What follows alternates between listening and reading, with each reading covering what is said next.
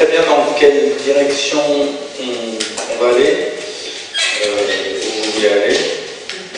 Donc le mieux, je ne sais pas si c'est le mieux, mais je vais rebondir sur ce que vient de dire Jean-Baptiste, avec toujours la sensation bizarre des journalistes quand ils sont sous l'œil de sociologues, de spécialistes des sciences humaines, c'est que toujours l'impression de réalité totalement décalée. Et,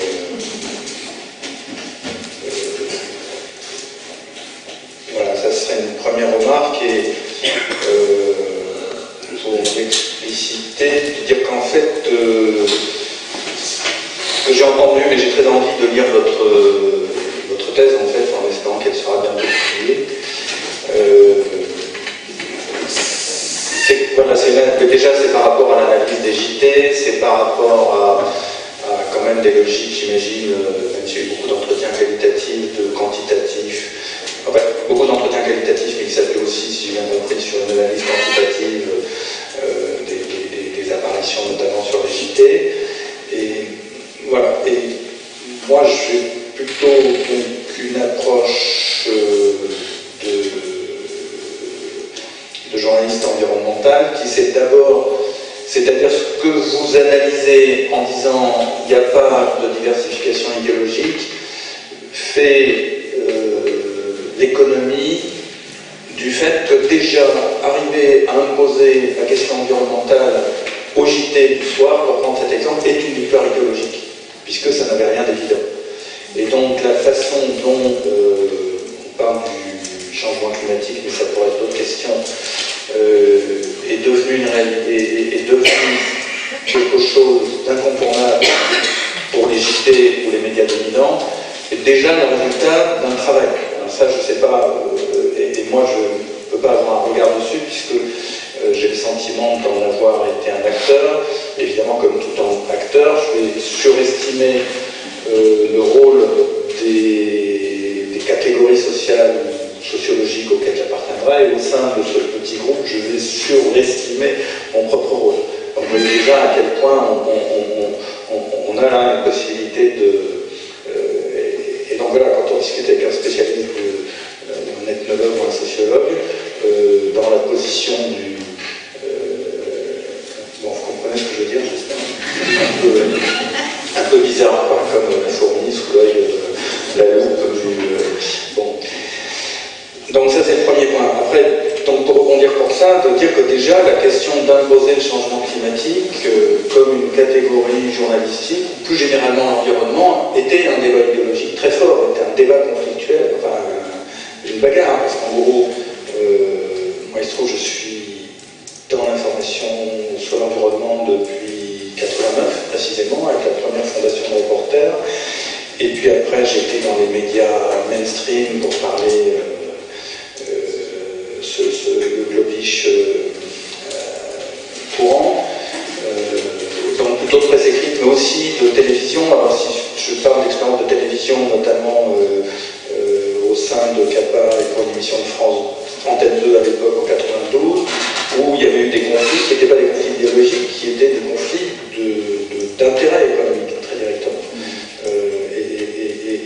Et là, ça a clashé. Je le dis rapidement parce que c'est un moment, après tout, où en gros,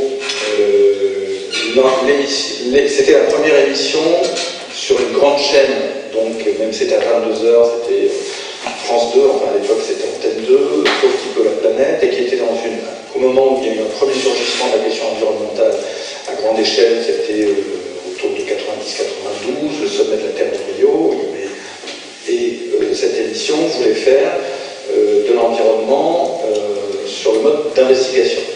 Et les équipes de CAPA étaient tout à fait capables de le faire, étaient le mordant et la volonté incisive suffisante. Mais l'émission n'était pas financée suffisamment par la chaîne dite de service public. Et donc, ils avaient demandé aux producteurs de trouver la moitié du financement, de se débrouiller. Et en fait, la moitié du financement avait été trouvée auprès de grandes entreprises. Et donc, alors je crois que je raconte ça un petit peu dans l'oligarchie, enfin assez précisément dans l'oligarchie, ça suffit l'environnement, mais à un moment on avait des bonnes enquêtes, etc. Ça marchait, et puis il y a eu une des premières enquêtes qui a été sur les lignes en haute tension, et ça n'a pas plu aux financeurs qui apportaient la moitié du budget de l'émission, et parmi ces financeurs, il y avait EDF. Et donc EDF, le lendemain de cette émission, a dit dans le club des investisseurs que c'est pas comme ça qu'ils concevaient une émission d'environnement. Et les autres membres de ce club, qui était la fondation, je ne sais plus quoi, il y avait Total, il y avait Ron Poulin, qui était une pays voilà, il y en avait 3 ou 4 de ce genre-là. Ils ont dit, bah oui, on croit que l'EDF a raison, et c'est pas comme ça qu'on concevait une émission d'environnement. Ça, je précise, c'est une information exacte, parce que le hasard fait qu'à ce moment-là, la secrétaire de cette fondation était quelqu'un qui était proche familialement de moi, donc j'ai eu cette information de très bonne source. Et donc après, l'émission a failli s'arrêter, on a continué à tourner difficilement. Alors par exemple, on a fait des sujets sur l'eau. Rétrospectivement, je me suis rendu compte que l'entreprise cherchait des budgets auprès de Veolia. Alors, je ne sais pas si Veolia existait en 92 ou si c'était la générale des eaux, Marc le confirme. Et après, on a eu donc on a quand même pu faire des choses, des bonnes enquêtes, dès lors que ça ne touchait pas des intérêts concrets. Et puis, il y a une autre proposition où j'avais proposé, alors j'avais fait le premier reportage sur les lignes en tension, et là, quelques mois plus tard, je propose quelque chose sur les sources radioactives, baladeuses, etc. Et le rédacteur en chef dit, écoute, non, c'est pas possible, on a un contrat avec la Cogema. Cogema, c'est l'ancêtre de CAPA. Mais en fait, CAPA avait prévu de vendre sa capacité de faire de la belle image, des images journalistiques, à la Cogema pour un départ de bateaux de plutonium, et c'était une façon de proposer des images aux chaînes, FR3, etc., et pour empêcher ces chaînes de venir elles-mêmes faire leurs propres images du bateau. Et donc ça permettait de faire un cercle de protection, d'intervention.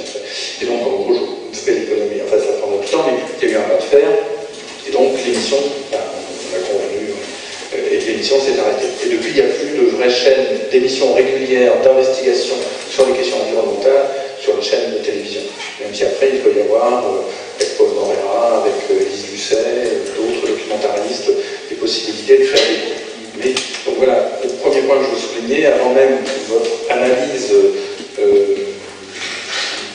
surplombante, un peu, voilà, le regard du sociologue, et c'est tout à fait logique, hein, c'est pas du tout une critique que je fais, et surplombant, la réalité concrète de la bagarre, c'est ça, c'est la confrontation directe, et alors soit on plie, soit on dit c'est pas possible, et dans ce cas-là, l'accès aux grands médias dominants n'est pas possible, et là c'était à peine une question idéologique, c'était la façon dont on exerçait le journalisme par rapport à des intérêts économiques très déterminés. Évidemment, derrière les médias, derrière EDF, derrière Areva, Cogema, il y a une vision idéologique particulière, une utilité centration d'énergie.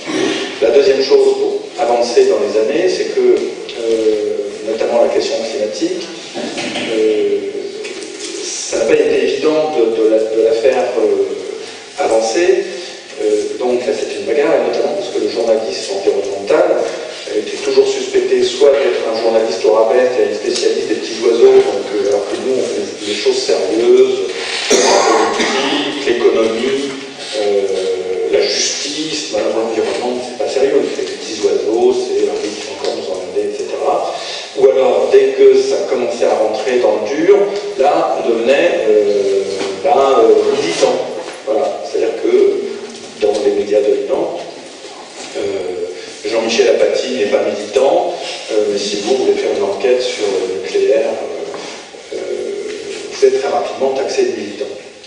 Donc il y a cette difficulté qui est sans arrêt, il y a une bagarre de légitimation des journalistes environnementaux par rapport aux autres.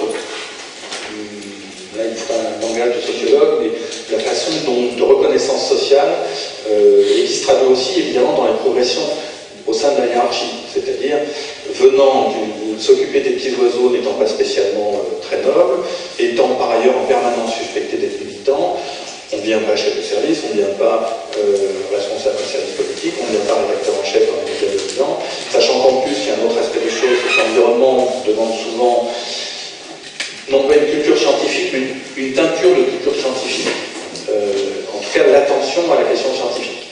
Et il se trouve que, enfin, je parle pour le cas français que je connais un peu, les les journalistes, je pense au contrôle d'Agrimet, en tout cas depuis 30 ans, une culture scientifique proche de zéro.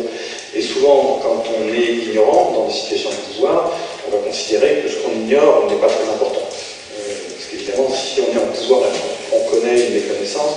Donc il y avait aussi, et c'est pour ça que, là aussi je ne veux pas parler trop longtemps, souvent il y a eu des alliances au sein des médias quand c'était possible de le faire, entre des journalistes scientifiques, les rubriques sciences et le journalisme environnemental. Et c'est-à-dire ce qui n'est pas absolument évident, parce que par exemple, dans des médias qui seraient animés par le souci de la liberté d'investigation, de l'équilibre des informations, etc., moi je dirais que la place des journalistes environnementaux serait plutôt dans les services économiques. Évidemment, c'est là qu'on touche directement à l'idéologie. Et troisième point, ou un deuxième point bis, c'est qu'il y a quand même quelque chose qu'il ne faut jamais oublier dans la façon dont, et en particulier l'environnement se traite, c'est que ce n'est pas seulement un enjeu, enfin ça devient un enjeu idéologique, donc là on est d'accord, hein, mais il y a aussi une poussée de la connaissance, à la fois du problème, c'est-à-dire par exemple le changement climatique est devenu très important, à la fois parce qu'il y a de plus en plus de connaissances scientifiques qui se corroboraient, qui se confirmaient au cours de l'avancée du travail scientifique, et plus que symbolisé, mais les étapes du rapport du GIEC, le groupe intergouvernemental d'experts sur l'évolution du climat, est très important à cet égard. Les étapes qui là peuvent être datées par les historiens ou par les sociologues. Donc la création du GIEC, le premier rapport du GIEC en 92, le deuxième en 97, etc. Et donc il y a une augmentation, une accumulation de connaissances, et qui par ailleurs est confortée par une transformation de la réalité. C'est-à-dire que dès lors qu'on accepte, on va faire une hypothèse ici, qu'on l'accepte, pour ne pas rentrer dans des débats oiseux, qu'il y a une réalité du changement climatique, le phénomène lui-même s'aggravait, puisque comme vous le savez, les émissions de gaz à effet de serre ont augmenté, et de manière très forte, les accélérations depuis le sortir de la Deuxième Guerre mondiale, il y a en fait une accélération depuis les années 2000. Et donc il y avait à la fois dans ce mouvement une augmentation, enfin une accumulation de savoir scientifique allant dans le même sens, et le phénomène lui-même était en train de changer. Et donc ça aidait les journalistes qui s'approchaient de la question environnementale à la porter, mais à rentrer de plus en plus en confrontation avec les médias dominants dans ce que vous avez dit. Et un troisième point pour être rapide, c'est qu'il y a quand même eu des débats idéologiques qui ont pu se faire, notamment très fortement au début des années 2000. En gros, il y avait ce que vous avez décrit, c'était comment, en quelque sorte, digérer la question environnementale pour la rendre comestible et régurgitable plus exactement par le système, pour reproduire un discours sur l'environnement qui reconnaîtrait la réalité de la crise environnementale, mais en la faisant passer dans la compréhension publique par les codes implicites définissant le comportement collectif qui était l'individualisation que vous avez très bien décrit. Et ce que je veux dire là, c'est que donc une des formes que ça a pris, c'était idéologiquement quand même une expression propre de l'idéologie se rapportant à la question environnementale, qui était le développement durable. Avant de parler de croissance verte, qui est un terme un peu postérieur, il y a eu toute l'idéologie du développement durable. Alors, vous connaissez peut-être ou pas la généalogie, mais l'expression à partir du rapport Brundtland en 1986, et puis qui a pris, au moment de ce tournant des années 2000, où la question climatique et environnementale est revenue très fortement, et le mode de régurgitation de la problématique par le discours dominant était le développement durable. Mais il y a eu quand même au sein du mouvement écologique et de la pensée écologique un contre-feu très important qui s'est fait, et qui était la décroissance, et qui a été un mouvement extrêmement, moi je pense, important au 2002-2003, dans ces années-là, avec la touche, avec Paul Ariès, avec le journal de la décroissance, avec Silence qui avait lancé, avec pas mal de gens. Et là, c'était très bien, je reviens un peu sur mon expérience personnelle, ce qui est apparu, c'est que les débats idéologiques étaient très clairement signifiés, par exemple dans un journal comme Le Monde, qui se pensait encore à l'époque, qui était relativement comme un journal ouvert au débat, c'était très clairement un débat violent, non, on ne donnait pas des coups de poing dans les couloirs, mais très vif, sur la question de la croissance et de la décroissance. Et moi, j'arrêterai sur cette anecdote. Vous connaissez peut-être m'aide notre estimable journaliste, qui lui n'est pas du tout militant, Éric Le Boucher. Et il se trouve qu'il était, à cette époque, je travaillais dans le journal qui n'était pas encore la propriété de messieurs Berger, Niel et Pigasse. Et donc je faisais des analyses, j'avais fait une analyse sur la croissance. Et je me rappelle que Éric Le Boucher avait à relire cette